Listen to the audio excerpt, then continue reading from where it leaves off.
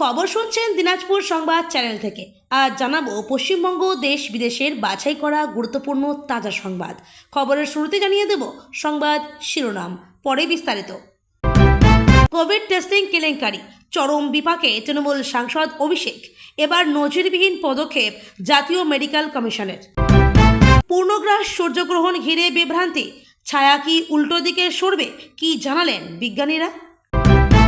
স্কুলে দ্বিতীয় শ্রেণীর ছাত্রকে নির্যাতনের অভিযোগ, প্রধান শিক্ষকের বিরুদ্ধে ক্ষোভ। অনেক আগে থেকেই মেসেজ করেছিলাম, শুভেন্দুর কাছ থেকে কি চাইলেন হুমায়ুন কবির, বললেন মানুষ মাত্রই।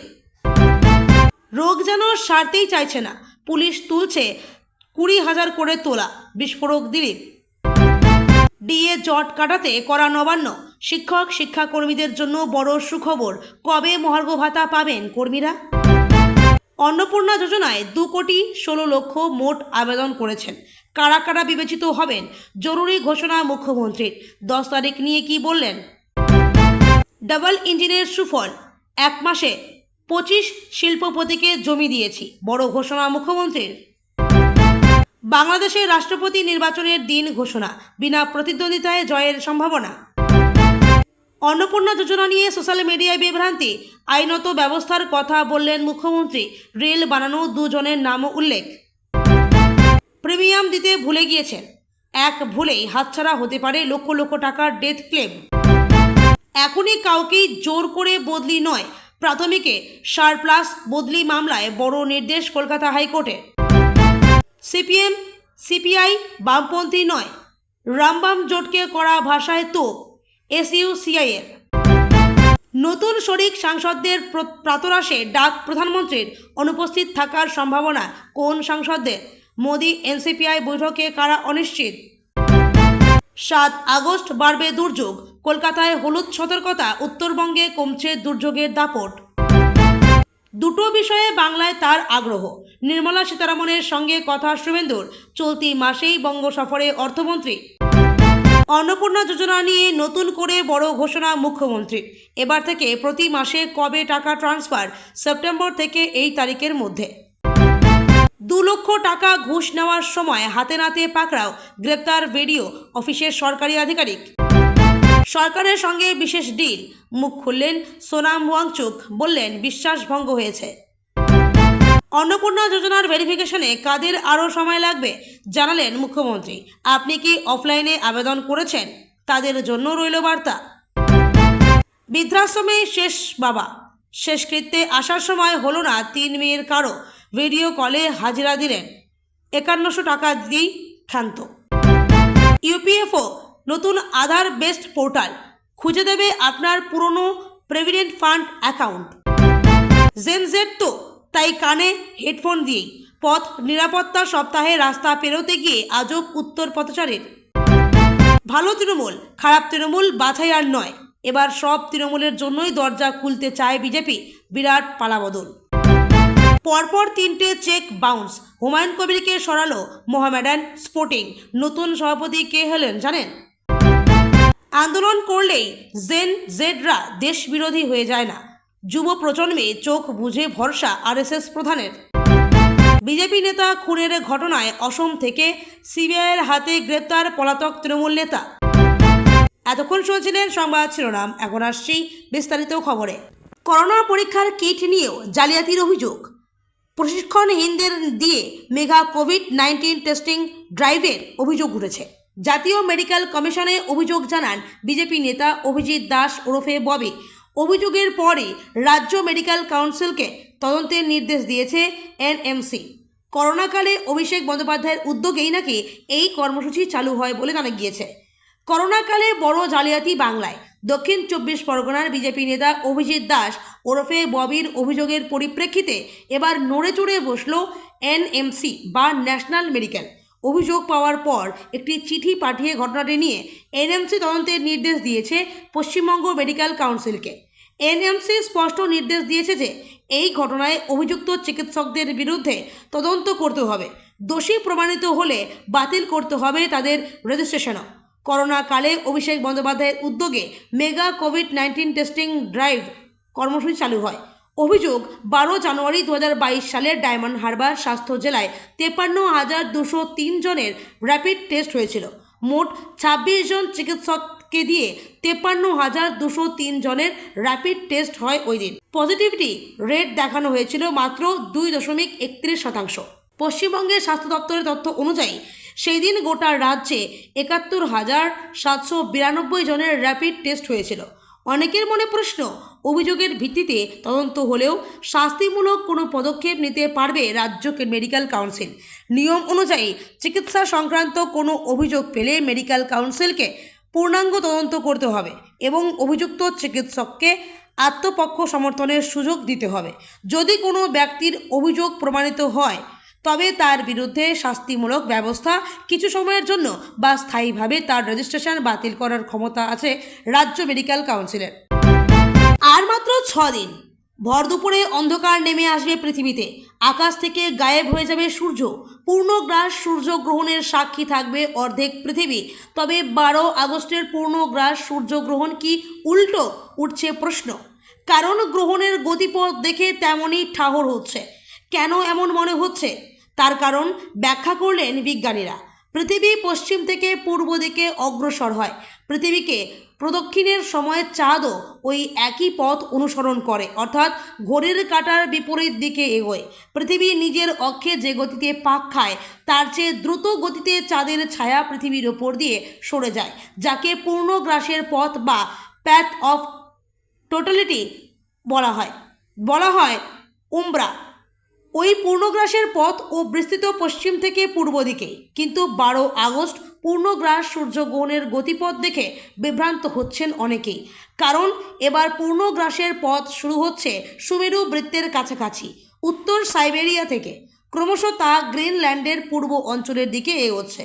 ফলে চাঁদের ছায়া পূর্ব থেকে পশ্চিম দিকে এগোচ্ছে বলেই মনে হচ্ছে এক নজরে। কিছু দূর গিয়ে আইসল্যান্ডের পশ্চিম অঞ্চল এবং স্পেনের উত্তরে আবার বাঁক নিচ্ছে। কিন্তু সত্যি কি পূর্ব থেকে পশ্চিমমুখী এবারের পূর্ণগ্রাস সূর্যগ্রহণ? বিজ্ঞানীরা এই তথ্য খারিজ করে দিয়েছেন। তাদের মতে সাইবেরিয়া থেকে গ্রিনল্যান্ডের দিকে পূর্ণগ্রাসের গতিপথ দেখতে পাওয়াটা আপাত দৃষ্টিতে বিভ্রম। কারণ পূর্ণগ্রাস সূর্যগ্রহণের গতিপথ দেখতে আমরা গ্লোবের পরিবর্তে সমান করে পেতে রাখা মানচিত্র দেখছি। তাদের ছায়া কোনো অবস্থাতেই গতি পরিবর্তন করে না। সুমেরুবৃত্তের এত কাছ থেকে এগোয়ে যে মানচিত্র দেখলে মনে হয় উল্টো পথে এগোচ্ছে, বাস্তবে কিন্তু সেটি পৃথিবীর ওপরের অংশ দিয়েই এগোয়। আমেরিকার মহাকাশ গবেষণা সংস্থা NAS এর সায়েন্টিফিক ভিজুয়ালাইজেশন স্টুডিওর তরফে লাইভ সায়েন্সকে জানানো হয় যে এবারের গ্রহণের গতিপথটি বেশ তাৎপর্যপূর্ণ, কারণ সেটির উত্তর এবং দক্ষিণ অভিমুখ রয়েছে। পৃথিবীর আহ্নিক গতি এবং কক্ষপথে পৃথিবী এবং চাঁদের হেরে থাকা অবস্থানের প্রভাবও রয়েছে এর ওপর। পৃথিবীর ঘূর্ণনের সঙ্গে সেই প্রভাব যুক্ত হয়েই প্রথমার্ধে চাঁদের ছায়ার পূর্বমুখী গতিপথ নিষ্ক্রিয় হয়ে যাচ্ছে। এর ফলে চিরাচরিত পশ্চিম থেকে পূর্ব পথের পরিবর্তে সুমেরু অঞ্চলের ওপর প্রশস্ত বাঁক নিচ্ছে ছায়াটি। মানচিত্রে ওই বাঁক দেখেই গতিপথ বদলে গিয়েছে বলে ঠাহর হচ্ছে এক ঝলকে। বাস্তবে কিন্তু তা ঘটছে না। স্কুলের মধ্যেই 2য় শ্রেণীর ছাত্রীকে যৌন হেনস্থা করার অভিযোগ উঠল স্কুলেরই এক শিক্ষকের বিরুদ্ধে। প্রতিবাদে স্কুলের গেটে তালা দিয়ে বিক্ষোভে ফেটে পড়লেন শতাধিক অভিভাবক। উঠল অভিযুক্তের গ্রেপ্তারির দাবি। মঙ্গলবার দুপুরে চাঞ্চল্যকর ঘটনাটি ঘটেছে দক্ষিণ দিনাজপুর জেলার গঙ্গারামপুর পৌরসভার একটি প্রাথমিক স্কুলে। অভিযোগ, গত শুক্রবার বিদ্যালয়ের 2য় শ্রেণীর এক ছাত্রীকে ছাদে ডেকে নিয়ে যান অভিযুক্ত ওই শিক্ষক। সেখানে ওই পড়ুয়ার হাতে মোবাইল দিয়ে কার্টুন দেখতে বলে। এরপরেই সেখানে ছাত্রীটিকে যৌন হেনস্থা করে বলে অভিযোগ। বাড়ি ফিরে শিক্ষকের কর্মকাণ্ডের কথা মা বাবার কাছে খুলে বলে ওই নাবালিকা। পুলিশ তদন্তে নামলেও খোঁজ নেই অভিযুক্তের। এলাকা ছেড়ে ততক্ষণে তিনি চম্পট দিয়েছেন। ঘটনার পর বেশ কিছু সময় কেটে গেলেও অভিযুক্তকে পাকড়া না করার ক্ষোভ বাড়তে থাকে অভিভাবকদের মধ্যে। স্কুলের প্রধান শিক্ষক যদিও পুরো ঘটনা লিখিত আকারে পুলিশের কাছে জানাবেন বলে জানিয়েছেন। লিখিত অভিযোগ পেলে পুরো বিষয়টি খতিয়ে দেখে ব্যবস্থা নেওয়ার আশ্বাস দিয়েছেন স্কুল পরিদর্শক। বিধানসভায় দাঁড়িয়ে হুমায়ুন কবিরকে চরম হুঁশিয়ারি মুখ্যমন্ত্রী শুভেন্দু অধিকারীর। আমজনতা উন্নয়ন পার্টির বিধায়ক হুমায়ুন কবিরের কড়া অবমাননাকর মন্তব্যের পাল্টা এবার সোমবার বিধানসভায় কড়া প্রতিক্রিয়া দিলেন শুভেন্দু অধিকারী। তিনি বলেন, এনাফ ইজ এনাফ। হুমায়ুন কবিরদের মতো ব্যক্তিদের শিক্ষা দেওয়ার সময় এসেছে। এই রকম কথা বলার আগে 25 বার ভাববেন, হুঁশিয়ারি দিচ্ছি। তার বিরুদ্ধে 2টি এফআইআর দায়ের করা হয়েছে বলেও জানান মুখ্যমন্ত্রী। হুমায়ুন প্রসঙ্গে তিনি বলেন, আমরা 2টো এফআইআর রেজিনগরে করেছি। হুমায়ুন কবিরদের মতো মানুষদের শিক্ষা দেওয়ার সময় এসেছে। এত বড় ক্ষমতা আপনাকে কেউ দেয়নি। আমি জানি আপনি কেন করছেন এরকম। আপনার রাজনৈতিক কারণ আমি জানি। আপনার 2টো স্পষ্ট এজেন্ডা ছিল। ভরতপুর রেজিনগরের সব পঞ্চায়েত ভেঙে আপনার দলে নিয়ে যাওয়া, কিন্তু তা পারছেন না। 72% মুসলিম ভোটকে নিজের হাতে নেওয়ার জন্য আপনি এটা করছেন।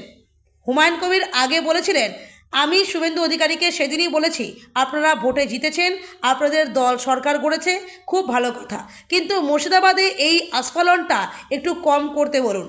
আমি যেদিন ময়দানে মুসলমানদের নিয়ে নেমে যাব না, সেদিন এমন ছাটাভাঙা মার শুরু করব যে আপনাদের পতাকা বহন করার মতো কোনো লোক খুঁজে পাওয়া যাবে না। রাজ্যের পঞ্চায়েত ও গ্রামোন্নয়ন মন্ত্রী দিলীপ ঘোষ বলেন, আমাদের বহু নেতা তোলাবাজির মধুতে আসক্ত। তোলাবাজির সংস্কৃতি এত তাড়াতাড়ি উঠে যাবে এটা ভাবার কোনো কারণ নেই। পুলিশকে বলা হয়েছে অভিযোগ আসলে ব্যবস্থা নিতে হবে। আমাদের বহু নেতা আছে যারা এই মধুতে আসক্ত হয়ে যাচ্ছে। পার্টির নিজে রেখেছে, চেষ্টা করছে, পার্টির মধ্যে আলোচনা হচ্ছে। এরা খুব ঘনিষ্ঠ হয়ে গিয়েছে যারা মানুষকে কষ্ট দিয়েছে তাদের সঙ্গে। মানুষ যে উদ্দেশ্যে বদল করেছে সেটা যেন আমরা ভুলে না যাই। সময়ে সব হিসাবে হবে। দিলীপ ঘোষ আরও বলেন, কিছু জন নতুন বিধায়ক হয়েছেন যারা ক্ষমতার স্বাদ পেয়েছেন, তাদের সঙ্গে ঘনিষ্ঠতা বাড়াচ্ছে তোলাবাজদের। ক্ষমতার স্বাদ পেয়ে অনেকে ধরাকে সরা জ্ঞান করছেন। তাদের কথাবার্তা একেবারে পাল্টে যাচ্ছে। ভিন রাজ্য থেকে কৃষিযন্ত্র বাংলায় আনতে 20,000-এর তোলাবাজির অভিযোগ তুলে পুলিশের একাংশকে নিশানা করেন তিনি। রোগ যেন সারতেই চাইছে না বলে পুরনো প্রবণতা এখনও চলছে বলে মন্তব্য করেন। মঙ্গলবারই রাজ্যের ডিএ নিয়ে বড় ঘোষণা করল নবান্ন। যে বিজ্ঞপ্তি প্রকাশ করা হয়েছে তাতে বলা হয়েছে, রাজ্য সরকারের পূর্ণ সময়ের কর্মচারীরা আগামী 1 অক্টোবর 2026 থেকে সংশোধিত 38% হারে মহার্ঘ ভাতা পাবেন। এই অক্টোবর মাসেই রয়েছে দুর্গাপুজো আর শারদোৎসবের আগেই এই পরিমাণ ডিএর ঘোষণা করল রাজ্য সরকার। এদিন অর্থ দপ্তরের অতিরিক্ত প্রধান সচিব পিকে মিশ্রের স্বাক্ষরিত বিজ্ঞপ্তিতে এই ডিএ সংক্রান্ত তথ্য জানিয়েছে সরকার। এই বর্ধিত হারের ডিএ প্রযোজ্য হবে রাজ্য সরকারি কর্মী ছাড়াও সরকারি সাহায্যপ্রাপ্ত শিক্ষা প্রতিষ্ঠানের শিক্ষক ও অশিক্ষক কর্মী, বিধিবদ্ধ সংস্থা, সরকারি আন্ডারটেকিং, পঞ্চায়েত, পুর নিগম, পুরসভা এবং অন্যান্য স্থানীয় সংস্থার কর্মচারীদের জন্য। পাশাপাশি রাজ্যের লক্ষ লক্ষ পেনশনভোগী এবং ফ্যামিলি পেনশনভোগীদের জন্য মহার্ঘ ত্রাণ বৃদ্ধির কথা ঘোষণা করা হয়েছে। পুজোর আগে আগামী 1 অক্টোবর 2026 থেকে তারা সংশোধিত বেসিক পেনশন বা সংশোধিত ফ্যামিলি পেনশনের 38% হারে ডিআর পাবেন। প্রসঙ্গত, পঞ্চম বেতন কমিশনের সুপারিশ অনুযায়ী এখনও যারা অসংশোধিত বেতন কাঠামোয় রয়েছেন তাদের ক্ষেত্রেও মহার্ঘ ভাতার হার 171% থেকে এক ধাক্কায় বাড়িয়ে 223% করা হয়েছে। অন্নপূর্ণা যোজনায় আবেদনকারীদের জন্য জরুরি বার্তা মুখ্যমন্ত্রী। তিনি বলেন, আমাদের কমিটমেন্ট ছিল, কমিটমেন্ট আছে, কমিটমেন্ট থাকবে। জুন মাস থেকে 31শে জুলাই পর্যন্ত ফর্মে অনলাইন ও অফলাইনে আবেদন নেওয়া হয়েছে। অফলাইনে যাদের আবেদন নেওয়া হয়েছে তাদেরকে পোর্টালে আপলোড করার কাজ হচ্ছে, ভেরিফিকেশন করা হয়েছে। যেহেতু আমরা জুনে লঞ্চিং করব বলেছিলাম, 28 লাখ লোককে এখান থেকে দিয়েছিলাম। নেতাজি ইনডোর স্টেডিয়াম থেকে আমরা প্রায় 1,19,00,000 মতো লোককে দিয়েছিলাম। তারপরেও আমরা আবেদন নিয়ে 31শে জুলাই পর্যন্ত 2,16,00,000 মোট আবেদন করেছেন। এই আবেদনকারীদের প্রত্যেকটা ভেরিফিকেশন করার কাজ চলছে। ভেরিফিকেশন প্রায় শেষ পর্যায়ে এসে গিয়েছে। 10 তারিখে আমি এবং সংশ্লিষ্ট মন্ত্রী ডিটেলসে প্রেস কনফারেন্স করব দুপুর 2টোয়। আপনারা আসবেন। 17 আগস্ট থেকে 10 জুলাই পর্যন্ত যারা আবেদন করেছেন তাদের ভেরিফিকেশন কমপ্লিট করা যাবে। 11 থেকে 31শে জুলাই ভেরিফিকেশনের জন্য আরও সময় লাগবে, কিন্তু আমরা এই মাসে 17 আগস্ট থেকে 3,000 টাকা করে ভেরিফাইডদেরকে মহিলা অ্যাকাউন্টে টাকা পাঠানো হবে এবং কারা কারা বিবেচিত হবেন সম্পূর্ণ ক্রাইটেরিয়া 10 তারিখ সোমবার বলে দেব। রাজ্যে শিল্প টানতে তৎপর রাজ্য সরকার, সেই লক্ষ্যেই করা হচ্ছে একাধিক পদক্ষেপ। বিনিয়োগকারীদের দীর্ঘদিনের অভিযোগ, লাল ফিতের ফাঁস এবং স্থানীয় স্তরে তোলাবাজি এ রাজ্যে বিনিয়োগের জন্য বড় অন্তরায় হয়ে দাঁড়িয়েছে।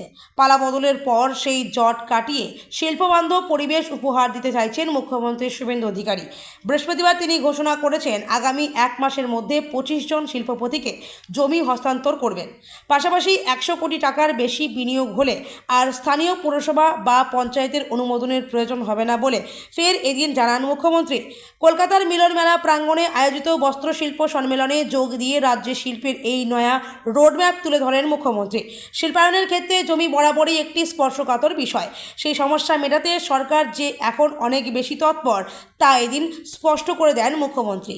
লগ্নিকারীদের যাতে কোনোভাবেই স্থানীয় স্তরে হয়রানির শিকার হতে না হয় তার জন্য সরাসরি এক অজানা নীতি বা সিঙ্গেল উইন্ডো সিস্টেম কার্যকর করার কথা বলেন তিনি। নিজের বক্তব্যে মুখ্যমন্ত্রী বলেন, আমরা 1 মাসের মধ্যে কমপক্ষে 25 জন ইন্ডাস্ট্রিয়ালিস্টকে ল্যান্ড হ্যান্ডওভার করতে চলেছি। ল্যান্ড পারচেস পলিসি চালু করে নিয়েছি। কৃষক জমি আমাদেরকে দিচ্ছে, ল্যান্ড ডেভেলপমেন্ট পলিসিও চালু করার কথা ভাবছি। 100 কোটির বেশি যে ইনভেস্ট করবে তাদের কোনো মিউনিসিপ্যালিটি, কর্পোরেশন, পঞ্চায়েতে যাওয়ার দরকার নেই। সেখানেই আপনাদের একটু সমস্যার মধ্যে পড়তে হয়, সব এখান থেকেই হয়ে যাবে। সব ভালো করে আমরা দেখে নেব। বিনিয়োগকারীদের কাছে বাংলার ভাবমূর্তি স্বচ্ছ করতে এদিন কড়া বার্তা দিয়েছেন মুখ্যমন্ত্রী। রাজ্যে এখন ডাবল ইঞ্জিনের সরকার চলছে, তাই পুরনো জমানার সিন্ডিকেট রাজ বা কাটমানির কোনো জায়গায় আর বাংলায় নেই বলে আশ্বস্ত করেন তিনি। আইন শৃঙ্খলা পরিস্থিতি কড়া হাতে নিয়ন্ত্রণ করার আশ্বাস দিয়ে শুভেন্দু অধিকারী বলেন, প্রথমে তো আইন ব্যবস্থাকে ঠিক করা উচিত।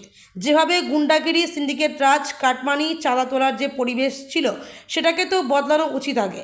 বিজনেস ফ্রেন্ডলি এনভায়রনমেন্ট হবে ইন্ডাস্ট্রিয়ালিস্টদের জন্য, ইন্ডাস্ট্রির জন্য ভালো পলিসি হবে, সিঙ্গেল উইন্ডো সিস্টেম হবে, জমির ব্যবস্থা হবে, দেখতে হবে, ভাবতে হবে, ছেড়ে কাজ করতে হবে, এই নীতি হবে। তবেই তো রাজ্য এগোবে। শুধু প্রতিশ্রুতি দেওয়াই নয়, রাজ্যে যে ইতিমধ্যেই বিনিয়োগ আসতে শুরু করেছে তার খতিয়ানও এদিন তুলে ধরেন মুখ্যমন্ত্রী। তিনি জানান, প্রতি মাসেই রাজ্যে নতুন লগ্নির কাজ এগোচ্ছে। তার কথায়, আমরা এখনও পর্যন্ত করে দিয়েছি আমাদের লাক্স কোজির একটি ইনভেস্টমেন্টে ভূমিপূজন। দ্বিতীয় আমুলও এসে গেছে এখানে ভালো দই মিষ্টি তৈরি হবে, মিষ্টি দই কার্ড আমুল তৈরি হবে। আমুল 2টি জায়গা চেয়েছে, আইসক্রিম বানাবে নর্থ বেঙ্গল এবং সাউথ বেঙ্গলে 15 একর করে, সেটাও আমরা দিয়ে দিয়েছি। এর পাশাপাশি স্যামস্টিলের 15,000 কোটি টাকার সম্প্রসারণ এবং পুরুলিয়ায় অমিত মেটালিক্সের 4,000 কোটি টাকার বিনিয়োগের কথাও এদিন ঘোষণা করেন তিনি। শিল্পপতিদের পাশে থাকার বার্তা দিয়ে মুখ্যমন্ত্রী বলেন, এই সরকার আপনাদের সরকার, আপনারা বাংলাকে দাঁড় করানোর জন্য এগিয়ে আসুন, আমরাও সাথে থাকব।